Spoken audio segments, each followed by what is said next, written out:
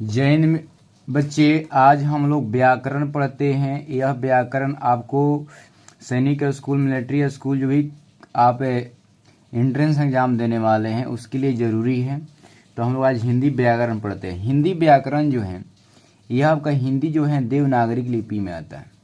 ये इंग्लिश जो रोमन लिपि में आता है, उसी तरह जो हिंदी है देवनागरी लिपि में आता है, लिखाता है। मतलब अब कह रहे कि व्याकरण किसे कहते हैं। व्याकरण वह शास्त्र है जिसके नियमों के द्वारा हम शुद्ध बोलते हैं, बोलना, लिखना तथा पढ़ना सीखते हैं। मतलब कि व्याकरण वह हम लोग एक शास्त्र है जिसके माध्यम से हम लोग बोलना, लिखना और पढ़ना शुद्ध शुद्ध सीखते हैं, जिसमें हर्षिकार, दीर्घकार, एकार, ओकार, ऐकार, हम लोग स्त्रीलिंग, पुल्लिंग, इस तरह से मतलब दूर जो वस्तु रहता है, नज़दीक वस्तु रहता है, या कैसे हम लोग बोलते हैं। जैसे वह मेरा है, तो वह मतलब कि बहुत दूर पे चला गया, वह मेरा है, ये अधिकार जता रहा है। तो यहाँ पर मतलब पूरा हम लोग क्या करते हैं, एक मतलब कि सुसज्जित रूप में हम लोग क्या करते हैं, शब्द को लिख रहे हैं सजा के एकदम। तो अब उसी तरह का हम लोग व्याकरण कहते हैं। व्याकरण हम लोग वह एक शास्त्र है जिसके द्वारा हम बोलना, लिखना, पढ़ना शुद्ध शुद्ध सीखते हैं। अब आते हैं भाषा। भाषा वह माध्यम है। भाषा क्या है? वह माध्यम है जिसके द्वारा हम अपनी बात दूसरे तक पहुंचाते हैं। जैसे मान लें कि हम अपने दूसरे से दोस्त है, उसके बाद हम बोलते हैं, कैसे हैं जी, क्या कर रहे हैं, पढ़ाई कैसे कर रहे हैं, तैयारी सैनिक स्कूल का कैसा चल रहा है। तो यह क्या है कि हम उससे बात कर रहे हैं, वो बोले बहुत अच्छा चल रहा है जी, अब के दिन हमको एक रिजल्ट निश्चित है कि आ जाएगा, करे इस तरह से बात हो रहा है। इसका मतलब कि हम अब कह रहे हैं कि भाषा एक वह संसाधन है, क्या माध्यम है जिसके द्वारा अपनी बात दूसरे तक आए, उनके बात अपने तक लिखित रूप से, मौखिक रूप से, सांकेतिक रूप से हम लोग जानते हैं, उसको हम लोग भाषा कहते हैं। अब आपको मालूम चला कि मौखिक रूप से मतलब बोलकर, लिखित रूप से लिखकर, और सांकेतिक रूप संकेत कर, नहीं बोलता कि आ जो गूंग लोग रहते हैं तो संकेत कर देता है ऐसे ऐसे। चाहे मतलब जो मतलब तेज तरह से भी लोग रहते हैं तो जान जाते हैं ऐसे में उस घर, ऐसे ऐसे लोग बताते हैं। तो ये सांकेतिक रूप है। इस मतलब कि हम लोग भाषा 3 रूप में बांट गया। एक मौखिक रूप से मतलब बोल हम लोग कर भाषा हुआ है, चाहे लिखित रूप से लिखते हैं, और सांकेतिक रूप से। अब आता है कि व्याकरण, अगर मान ली ध्यान देंगे, व्याकरण से अगर जो भाषा बनता है कि भाषा नहीं, भाषा पहले आया है। भाषा क्या है? पहले आया है, तब उसके बाद व्याकरण आया है ना। क्योंकि बच्चे देखिए, छोटा सा बच्चा जो होता है, कसो मम्मी, पापा, दादा, दादी, नाना, चाचा, चाची, ये सब जो बोलता है, तो यह आपको दिमाग में बिठाना जरूरी है कि क्या वह उसको हम ग्रामर पढ़ाए हैं, हिंदी ग्रामर पढ़ाए, इंग्लिश ग्रामर पढ़ाए? नहीं। इसका मतलब कि व्याकरण भाषा पहले आया, उसके बाद उसको हम सजाना के आरंभ कर दिए कि हमको कितने सही बोल रहे हैं, कितने गलत बोल रहे हैं। तो उसको जब हम भाषा बोलने लगते हैं तब उसको हम लोग क्या करते हैं, एक ग्रामर, व्याकरण के आधार पर उसको सजा कर बोलने लगते हैं। तो भाषा कोई भी व्यक्ति बोल सकता है, अनपढ़ भी और पढ़ा हुआ व्यक्ति भी। ये 3 प्रकार की भाषा हो गया। अब वर्ण कहते हैं, कह रहा है कि वर्ण किसे कहते हैं? वर्ण उस मूल ध्वनि को कहते हैं। वर्ण क्या कहते हैं? उस मूल ध्वनि को। वर्ण हम लोग वर्ण उस मूल ध्वनि को कहते हैं जिसके खंड या टुकड़ा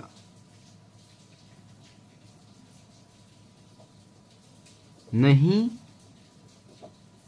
किया जा सकता है। मतलब कि वर्ण वह एक शब्द का सबसे छोटा पार्ट है, छोटा भाग है, जिसको हम तोड़ नहीं सकते। जैसे कि मान लीजिए हम लोग बोलते हैं भाषा, भाषा, तो अगर भा, इसमें अगर यह 2 को यहाँ पर तोड़ दें तो भा हो गया। अब भा को अगर हम भ कर दे रहे हैं प्लस आ कर दे रहे हैं तो यह अधवा भ हो गया। अब बताइए, हम भ को बोल नहीं पाएगा पूर्ण रूप से। इसका मतलब कि हम लोग भ रहता था बोलते भ, परंतु अगर भ में अगर अ है तो इसको हम पूर्ण रूप से अब नहीं बोल पाएंगे, भ का है अधवा ब। तो इसका मतलब कि अधवा ब नहीं बोल पा रहे हैं, इसलिए मतलब कि यह तोड़ नहीं पा रहे हैं। अब ध्यान दें कि भा जो है, भा से हम लोग तोड़ दिए तो यह पूर्ण रूप से नहीं बोला जाए। इसका मतलब कि इसको हम लोग खंड अब टुकड़ा नहीं कर सकते। भाषा को कर सकते भा प्लस सा, परंतु इसको हम खंड टुकड़ा नहीं करते। इसका मतलब कि यह जो है आपका जो है, यह जो है भ जो है और स जो है, आकार जो है, ये वर्ण है। यह वर्ण है, वह पार्ट है जिसको हम लोग तोड़ नहीं सकते।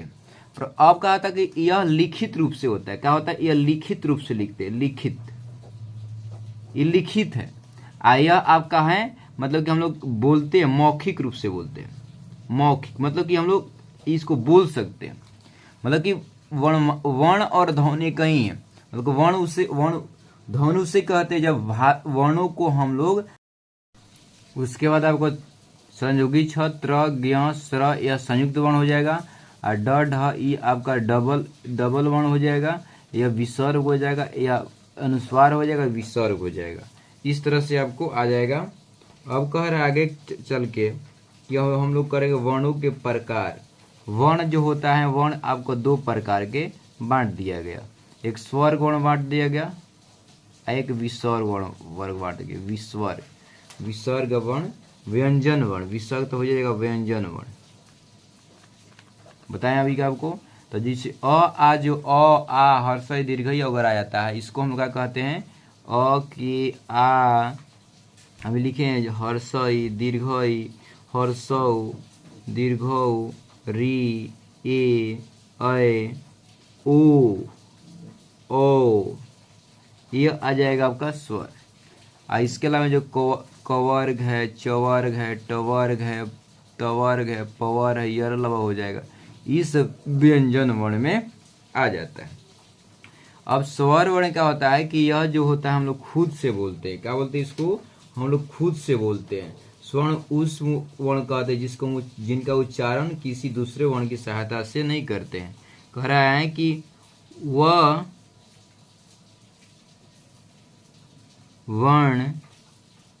वर्णों का समूह जिसे किसी अन्य वर्ण की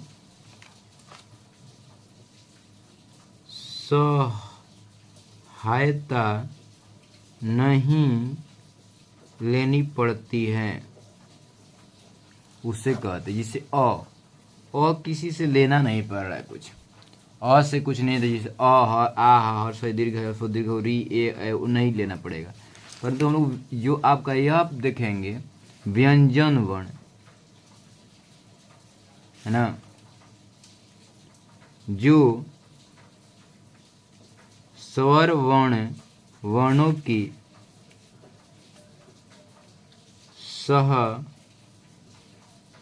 सहयोग से बोली जाती है। अगर क है तो इसमें अ है, क और अ यह हटा लेंगे तो यह नहीं बोल पाएंगे। मतलब कि कह रहा है कि व्यंजन वर्ण जो होता है स्वर वर्णों की सहायता से ही बोली जाती है। मतलब कि उसमें निश्चित है कि स्वर वर्ण आएगा तभी बोल पाएंगे, अदरवाइज हम नहीं बोल पाएंगे। वैसे क है, जैसे मान लीजिए कि क्या हो जाएगा आपका ख, तो निश्चित है कि इसमें ख अथवा प्लस अ, तो यह हटा देंगे तब इसका अर्थ कोई नहीं आएगा, अर्थहीन हो जाएगा। ये क्या हो जाएगा आपका? अर्थहीन। तो मूल स्वर जो हो जाएगा आपका, ध्यान देंगे स्वर का विभाजन हो गया कि हम लोग मूल स्वर कहते हैं, कुछ को हम लोग क्या करते हैं मतलब संयुक्त स्वर कहते हैं। इस तरह से हम लोग क्या करते बोलते हैं। कह रहा है कि यह हो जाएगा मूल स्वर। मूल स्वर क्या कहेंगे हम लोग? मूल स्वर। तो मूल स्वर जिसे क्या हो जाएगा आपका आ हर्षई दीर्घई हर्षौ दीर्घौ री ए ये आपका हो जाएगा ओ और औ। ये आपका मूल स्वर है, यह मूल। अब कह रहा है इसके जो हो जाएगा आपका संयुक्त में जुड़ा हुआ, किसी के साथ जुड़ा हुआ है। जैसे कि मान लीजिए, ध्यान देंगे ए क्या जुड़ा हुआ है? अ प्लस ए से बना। औ का से बना? अ प्लस ओ, दीर्घ होता चला गया। ये संयुक्त कहलाता है कि संयुक्ति से बना हुआ है। अब कह रहा है कि मूल स्वरों के दो भेद होते हैं। हर्ष कह रहा है कि स्वर के दो भेद होते हैं। वो हर्ष होता है, हर्ष मीन छोटा, वो जो कम समय लगता है हर्ष। एक होता है दीर्घ, हर्ष मीन छोटा, दीर्घ मीन बड़ा। जैसे कि हर्षई, हर्षऊ, यह आपका कहा जाएगा री, यह आपका हर्ष में आ जाएगा। दीर्घ में जाएगा आ, हर्षई, दीर्घऊ, यह आपका हर्ष में आ जाएगा ओ, ओ ए, यह दीर्घ में आ जाएगा। यह हो जाएगा आपका दीर्घ हो जाएगा। क्या हो जाएगा? दीर्घ हो जाएगा। क्योंकि इसमें जो है आपको जो ध्यान देंगे, ये हर्ष क्यों हुआ? तो हर्ष में का तो बहुत कम समय लगता है, बहुत कम समय लगता है। और दीर्घ में क्या होता है? ज्यादा समय लगता है, ज्यादा समय लगता है। तो हर्ष और दीर्घ दो प्रकार के स्वर हैं। अब हर्ष में जो छोटा छोटा रख दिया गया और दीर्घ में उससे बड़ा रख दिया गया। और कह रहे हैं कि हर्ष स्वर जान गए, दीर्घ स्वर जान गए, है ना। मूल स्वर जान, मूल स्वर को हम क्या कहते हैं? अ हर्ष दीर्घ ही कहते हैं। जिसको संयुक्त स्वर जिसमें क्या दो स्वर मिलकर बना, जिससे अ प्लस ए आई हो गया, अ प्लस ओ हो गया, तो यह मूल स्वर हो गया। यह मूल स्वर है, यह मूल स्वर है। आगे की ओर बढ़ते हैं दोस्तों। कह रहा है आगे की ओर कि इसमें जो है वर्ण हम लोग जान गए, और वर्ण व्यंजन की बात करते हैं। इसे व्यंजन, तो व्यंजन जानिए गए हम लोग। कवर्ग हो जाएगा आपका, चवर्ग हो जाएगा, टवर्ग हो जाएगा, तवर्ग हो जाएगा, पवर्ग हो जाएगा, य र ल व, तालाबी स, मूर्धनी स, दंती स, ह, छ, त्र, ज्ञ, स्र, यह सब का हो जाएगा। ढ, ड, यह सब का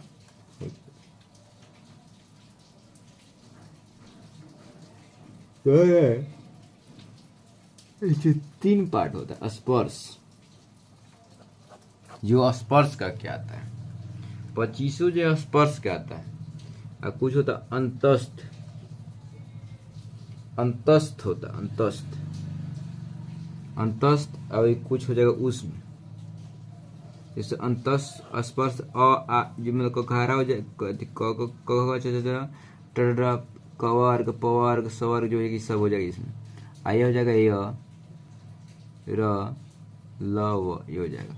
उसमें हो जाता तालाबी स, दंती स, मूर्धनी स, ह, यह आपको उसमें से हो जाएगा।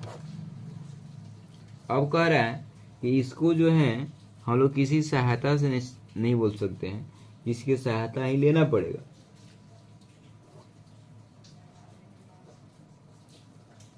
वर्णों की मात्राएं, देखिए अब इसमें जो है मात्राएं में जो है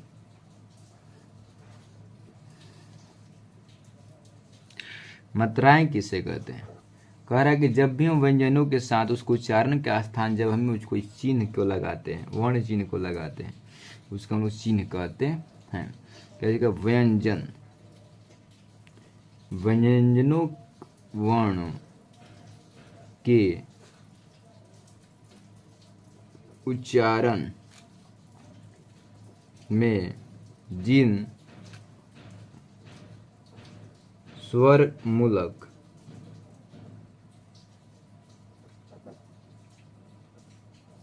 चिन्हों का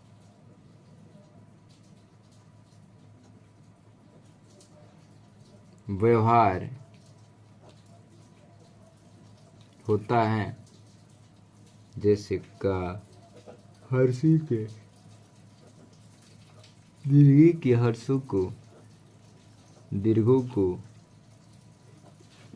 के को आकार, कवकार, क औकार, कंग क विसर्ग, ये आपका हो जाएगा।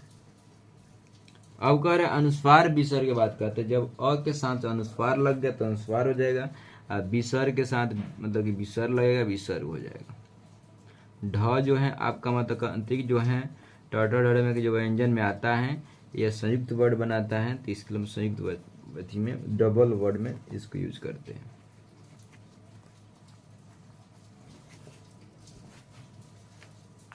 कह रहा है छ, याद रखिएगा ये त्र ज्ञ स्र क्या क्या से मिलके बना है। तो जो स्र है ये स्र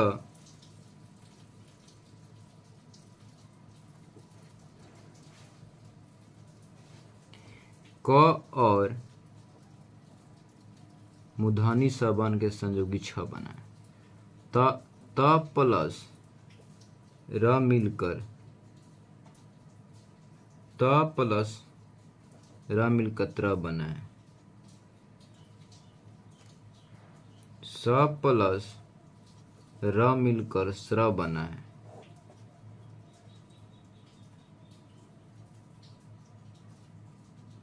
ज प्लस य मिलकर ज्ञ बनाया।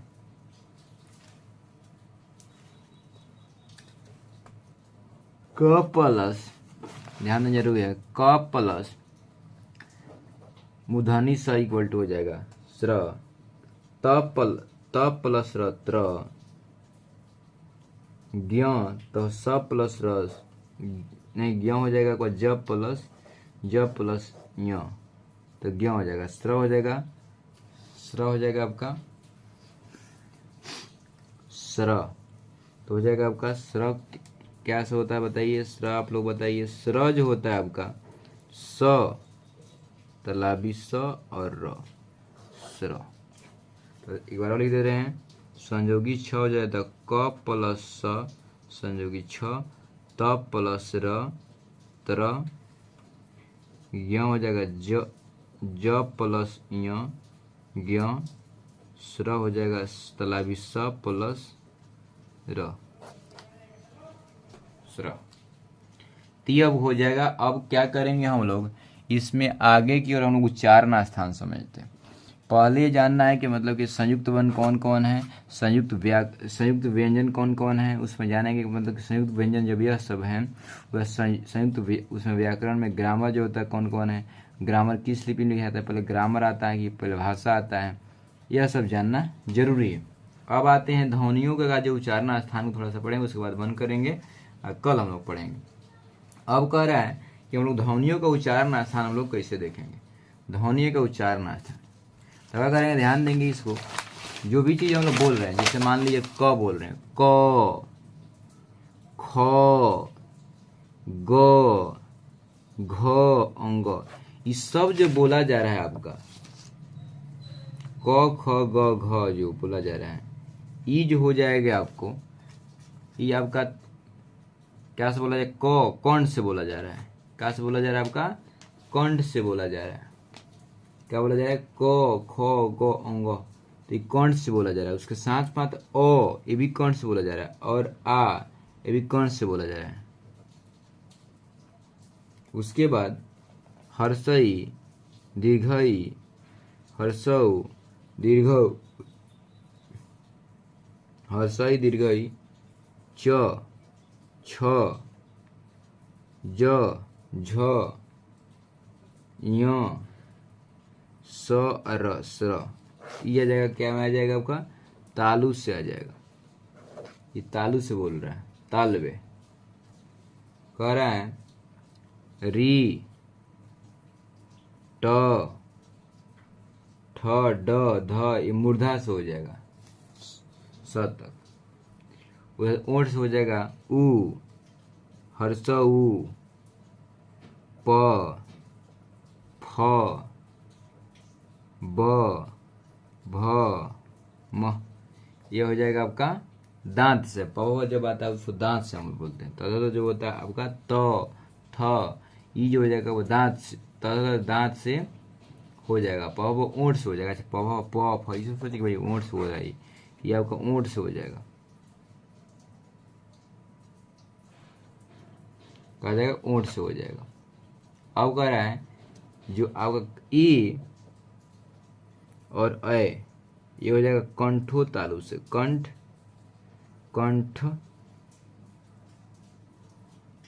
तालु। जो आपका वह होता है वो होता है आपका दंतो उसमय उष्ठय नासिक। ट ड ढ ट च अण नासिक से, य न फ